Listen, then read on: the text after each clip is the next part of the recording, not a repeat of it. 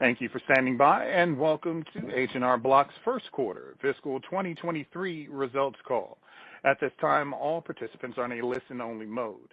After the speaker presentation, there will be a question-and-answer session. To ask a question during the session, you will need to press star 11 on your telephone. I would now like to hand the call over to Vice President, Investor Relations, Michaela Gallina. Please go ahead.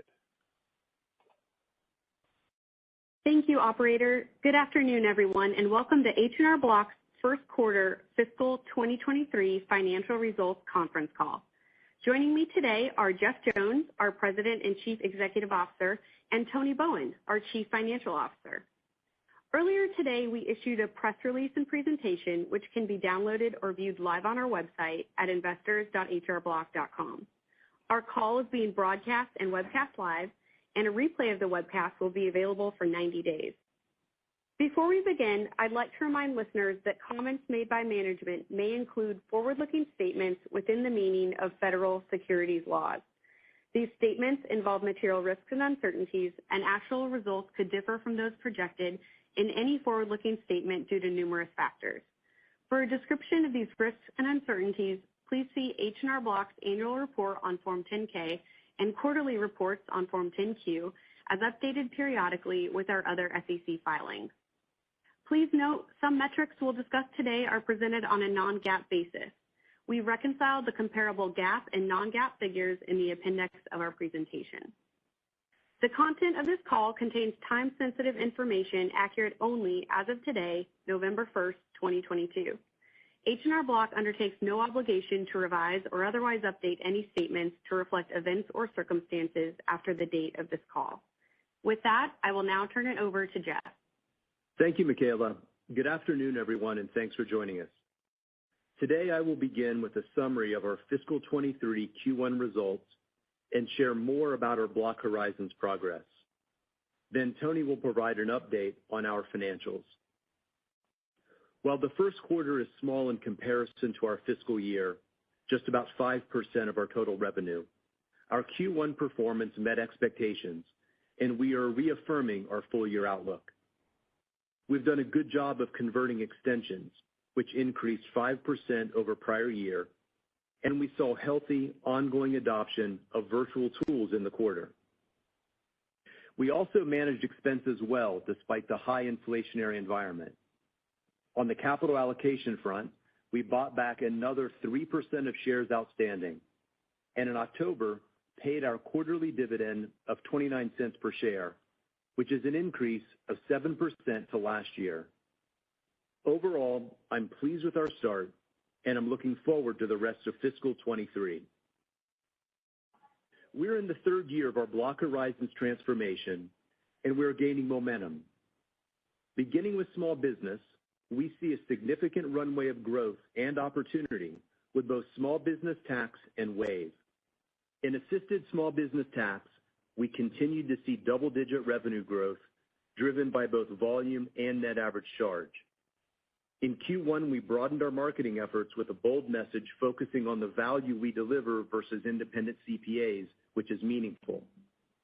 While early, bookkeeping and payroll are growing nicely, driven by our dedicated team of company bookkeepers and franchisees. We are also capitalizing upon the growth trends we saw last year in two ways. First, we're building an inside sales capability to convert tax leads into small business services. Second, we saw significant opportunity to help clients incorporate their small business. In response, we launched a self-serve business formation product in October that enables business owners to create an entity. This can result in significantly better tax outcomes and a greater level of legal protection for our clients, and simultaneously provides the benefit of having two returns filed with Block, both the individual and the entity. As you can see, we have a lot of good things happening in small business. Turning to Wave, our new CEO has successfully onboarded, is completing a strategic review of the business, and is assessing levers to drive future performance. While Wave customers saw increased invoice volume, there was less payment activity than we anticipated. As a result, revenue growth was 18% in the quarter. Moving to financial products, recall that we brought our new mobile banking platform, Spruce, to market in the DIY channel this past tax season. Given most of our marketing efforts are currently timed around the tax season, our metrics are relatively unchanged to the results we shared last quarter, with approximately 160,000 signups and $98 million in customer deposits. We know that Spruce customers want to improve their financial health. One of the most proven and effective ways they can do this is by saving money, even in small amounts, which is why we've continued to focus on savings-related innovation within the app. We recently added capabilities that enable users to round up their purchases to the nearest dollar, with the difference automatically deposited to their savings account, as well as the ability to deposit checks with their mobile phone. We're also enhancing our unique Smart Tax Refund feature, which allows customers to make a pre-commitment to save a portion of their tax refund rather than spending it right away. Last year, this feature empowered the average user to set aside more than a quarter of their tax refund. One of the greatest challenges of engaging clients to load money is the process of switching their payroll. In an upcoming release, users will be able to change their payroll deposit settings from within the Spruce app without having to go back to their employer, making this process much simpler. Alongside product innovation, we're preparing for launch in the assisted channel by educating tax professionals on the clear and different value propositions between Spruce and the Emerald Card to help clients make the best decision for their needs. Regarding Block Experience, we're making great strides blending digital capabilities with human help, resulting in a better, more personalized process for our clients. We believe this is the key to winning in both assisted and DIY, and we have a multitude of exciting projects underway. Last year, we increased the number of clients using a virtual tool by more than 3 times. We're continuing to help the customer understand the benefit of these offerings, such as digital drop-off and approving returns online. Machine learning models are improving how we serve assisted and DIY clients, as well as driving advancements in matching the complexity of a client's return to the right tax professional. This makes for a better customer experience and increases our productivity. We've expanded remote work options for tax professionals and are seeing early positive signs in hiring and retention. Our first-year tax pro role has been reshaped to accelerate their expertise, which increases productivity by enabling them to serve more clients. In fact, we've already hired to 75% of our goal for this new role. Over the last few months, we've evaluated how we can more effectively highlight our DIY value proposition. We've been doing research with our clients and our competitors' clients, and we know that our product is strong, our value is strong, and the number one opportunity we have is increasing awareness that we offer a DIY product. As a result, you'll see us come to market with a new approach. In all, expanding virtual capabilities enables us to be well-positioned to help our clients however they want, completely virtually or completely in person, and everything in between. Our Block Horizons progress continues to build, and we're excited about the magnitude and the impact of this work. Lastly, I'd like to mention that we recently released our annual Environmental, Social, and Governance, or ESG report, which can be found on our website. While this is our 3rd annual publication, in many ways we're just getting started. Being a responsible corporate citizen that connects our people, communities, and planet has been a part of our culture and aspirations from the very beginning, and I'm pleased with the work we're doing. With that, I now turn it over to Tony. Thanks, Jeff, and good afternoon, everyone. Today I'll review our Q1 results, our capital allocation practice, and our outlook for fiscal year 23. We delivered $180 million of revenue in the first quarter, which decreased approximately 7% or $13 million over the prior year. This decrease was due to the advanced child tax credit being loaded onto Emerald Cards last year, causing a $17 million impact in the quarter. We also expect a similar impact in the second quarter, both of which were contemplated in our fiscal year 23 outlook. In addition, we had a $4 million negative revenue impact from our foreign exchange in our Australian and Canadian businesses. These declines were partially offset by growth at Wave and an increase in net average charge in our assisted business. Total operating expenses were approximately $389 million, an increase of approximately 6% or about $22 million, primarily due to higher compensation and technology-related expenses, and partially offset by lower consulting and outsourced services. We just completed our annual merit process, which contributed to the increased compensation expenses during the quarter.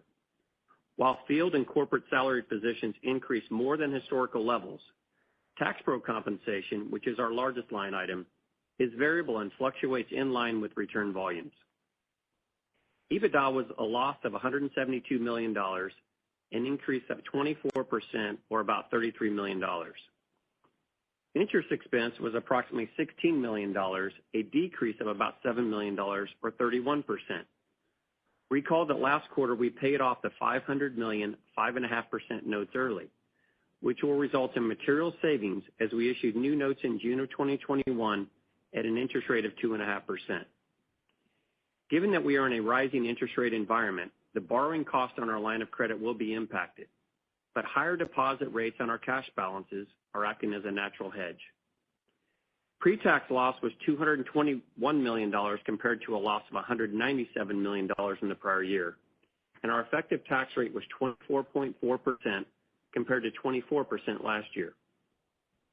Loss per share from continuing operations increased from 84 cents to $1.05, while adjusted loss per share from continuing operations increased from 78 cents to 99 cents. Turning to capital allocation, our practice remains strong. We repurchased 4.9 million shares for $220 million this quarter at an average price of $44.60. This equates to another 3% of shares outstanding, and we now have repurchased approximately a third of our shares since 2016. We also paid our 29-cent dividend in October, which was an increase of 7% to last year and an increase of 45% since 2016. In summary, we are reiterating our fiscal year 23 outlook. As we have discussed, I am pleased with this guidance given the roll-off of the child tax credit, the increase in our effective tax rate compared to last year, and the headwinds we are seeing in the foreign exchange rates. We continue to expect top-line growth, EBITDA that outpaces revenue, and EPS that grows even faster. In addition, we are confident in the longer-term target we provided in August of adjusted EPS growing double digits annually through fiscal year 25. Overall, we're off to a great start. With that, I will now turn it back over to Jeff for some closing remarks. Thanks, Tony. We're focused on building upon the momentum we've driven over the last couple years.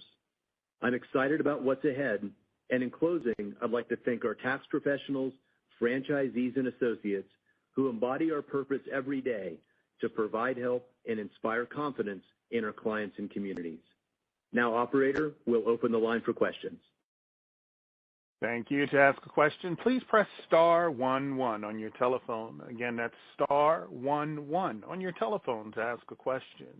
Please stand by while we compile the Q&A roster. Our first question comes from the line of Kartik Mehta of Northcoast Research. Please go ahead, Kartik Mehta. Thanks. Hey, hi, Jeff, Tony. I wanted to get a perspective on your expectations for total tax returns for the upcoming tax season. You know, looking at 2020 tax returns and looking at 2021, there was a huge increase, probably 7%, which was unusual.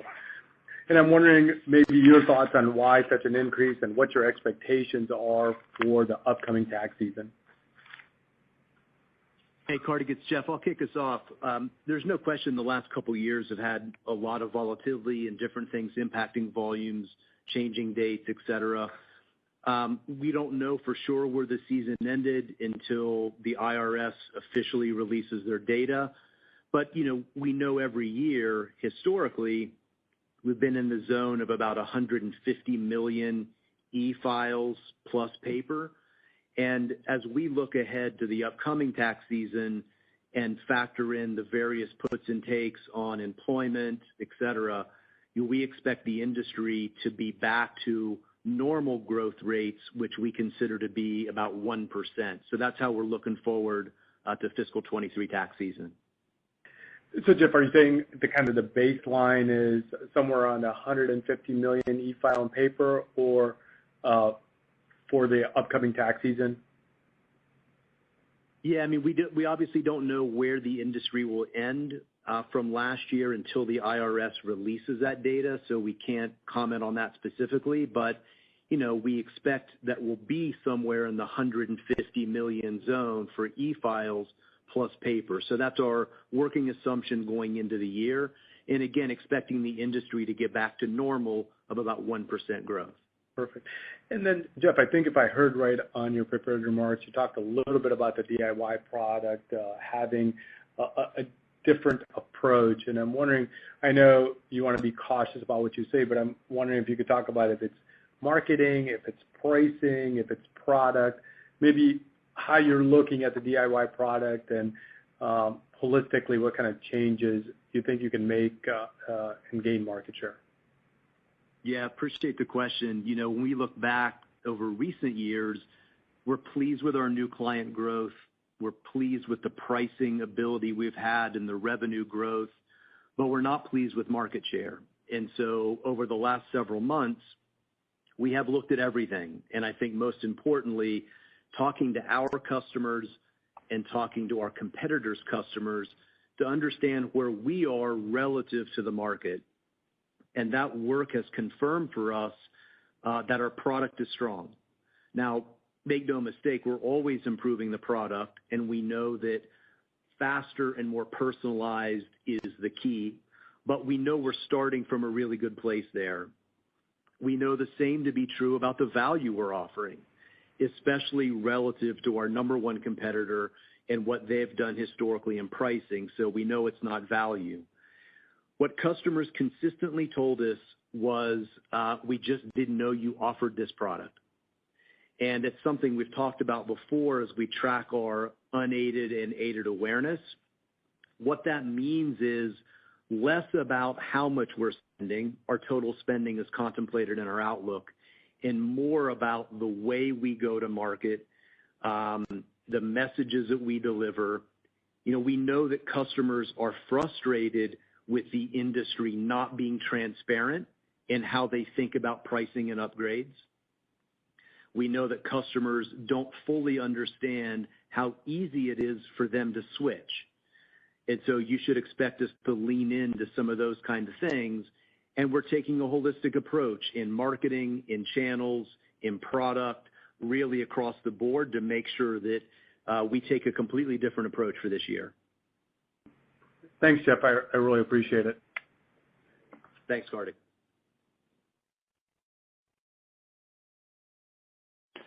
Thank you. Our next question comes from the line of George Tong of Goldman Sachs. Hi, thanks. Good afternoon. You mentioned that you expect 1% industry growth in terms of tax volumes in the next tax season. Can you break that down into what you expect for the assisted category and what you expect for the DIY category?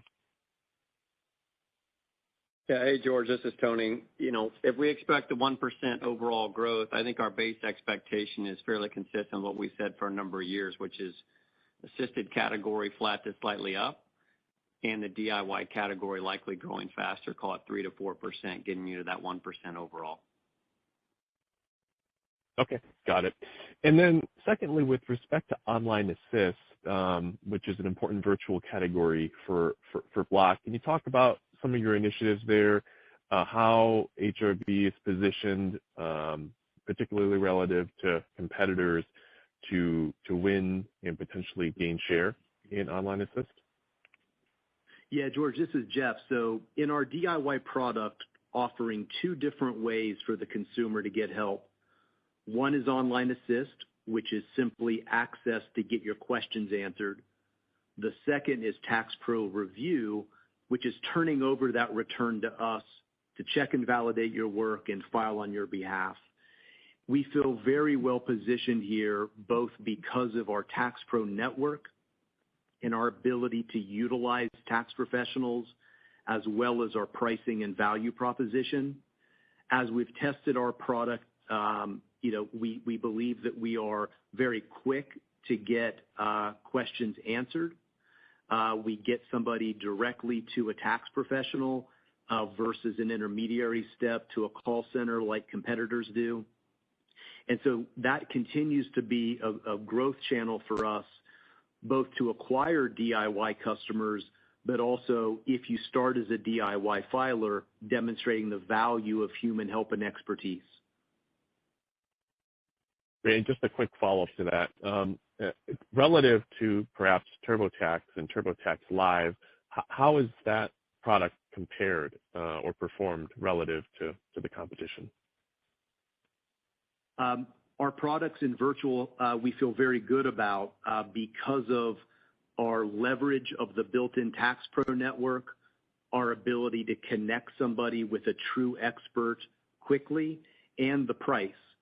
Pricing gets tricky to talk about in this forum because there are so many different SKUs and add-ons based on where you start, but across the board, our pricing is better, and so we know our value proposition for that assisted help to a DIY filer is very strong. Got it. Very helpful. Thank you. Thank you. Thank you. Our next question comes from Scott Schneeberger of Oppenheimer. Thanks very much. Good afternoon. Jeff, just following up on that last question, discussing Online Assist and Tax Pro Review. Could you talk about kind of lessons learned last year and maybe some innovations for this year? I know you just mentioned, the speed of connecting the customer to the Tax Pro, and you all had done that well last year. And a major competitor of yours, I think that they will have some innovations this year to increase their speed. So just curious, what should we see from the industry as a whole and H&R Block in particular with regard to this hybrid product of serving customers virtually, DIY and assisted? Thanks. Absolutely. Obviously, for several years now, we've been talking about blurring the lines between these capabilities because what we see at the macro level is the customer seeking help. And so whether that's coming to an office, getting us to do the work virtually, or starting yourself but relying on an expert to help you finish, that gives us great confidence because of our position as experts and because of our Tax Pro network that's so well trained built in.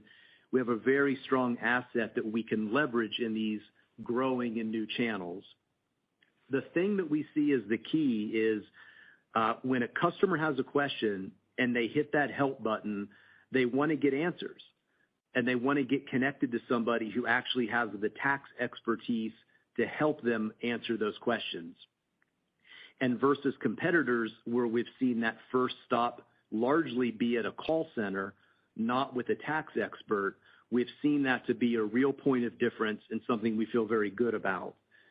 So we'll continue to lean into how do we make the experience as fast as we can, leveraging the expert network of tax pros, and making sure that our price proposition relative to the competition remains strong. And again, across each lineup in the SKU, we feel very good about where we're priced today, especially as we see the competitor take more and more price increases. Do you want to add anything? Yeah, the only thing I was going to add is just the piece we're also working on is figuring out when do we introduce the product and making sure that we're introducing at the right moments within the experience and balancing being transparent but also providing the help at the right time. And I think that's a really important balance that we're trying to hit right, because we want to make sure clients know we have these products. We want to provide that help at the right moment, but not, provide an upsell screen at every single turn. So that's a really important part of the initiative this year as well. Yeah, that's right. And what I mentioned about the machine learning models is this is one example where we can see if a customer might be getting frustrated in the experience and use that as a way to introduce the option to them that they can get help. That's exactly right. Great. Thanks, guys. That brings up another side question that just came to me. Our inference is that you're going to be very proactive and visible with marketing of the DIY product because of what you were saying earlier, Jeff, about just brand recognition and a need for improvement there. Will we see that paired with your Online Assist and Tax Pro Review products? Will we see enhanced visibility of that in marketing this year? I think Tony's response was, yeah, when the consumer's using it, we got to pick the timing of when it gets shown. But how much attention will be given, or how much marketing will be provided to that in the DIY push? Thanks. Yeah, great question. And I guess the way I'd answer it is, it depends if you're the audience we believe that message is best for. And so what I mean by that is, we continue to get smarter and smarter about relying on the right channel to reach the right audience, not broadcasting every message to everyone. And so it's possible that you or I may not see that message at all, but based on our ability to find the right audience who's most predisposed to that product, that's who it would be delivered for. But yes, it is part of our value prop and our communication. Got it. Thanks. And then just one more for me, if I may. Last year, the 8% NAC growth in assisted was 2/3 from mix, and that was, I believe, retail and crypto investors made up a portion of that, and then the child tax credit. If you could just kind of give us a sense for, was I right with that, and kind of what was the mix within the mix category, and where this question's going is, next tax season, what type of headwind should we anticipate from the child tax credit not recurring this year, and thinking about that specifically? Thanks. Yeah, let's tag team this, Tony. But I guess I'd start off by saying that pricing and assisted, we feel good that we're able to continue our low single-digit price increases. Obviously, pricing in DIY is more dynamic, and we think about that differently than we do in assisted. As we've mentioned, in our prepared remarks and even going back a bit, the number one headwind that we've contemplated in our outlook is the roll-off of the child tax credit. And so that's one we're aware of. It's one we've planned for, and that is the main headwind, from a revenue perspective.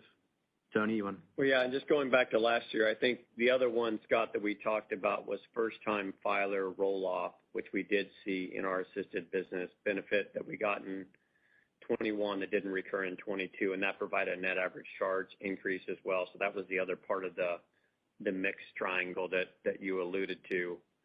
And for this year, when you think about that headwind, call it 1 to 2 points, but we're netting that against, our targeted price increases to get us to the net average charge that we want to land on for the full year, which is that kind of low single-digit net average charge that we've been talking about. Okay. All right. Thanks, Tony. Thanks, Jeff. Thanks, guys. Thank you. At this time, I'd like to turn the call back over to Michaela Gallina for any closing remarks.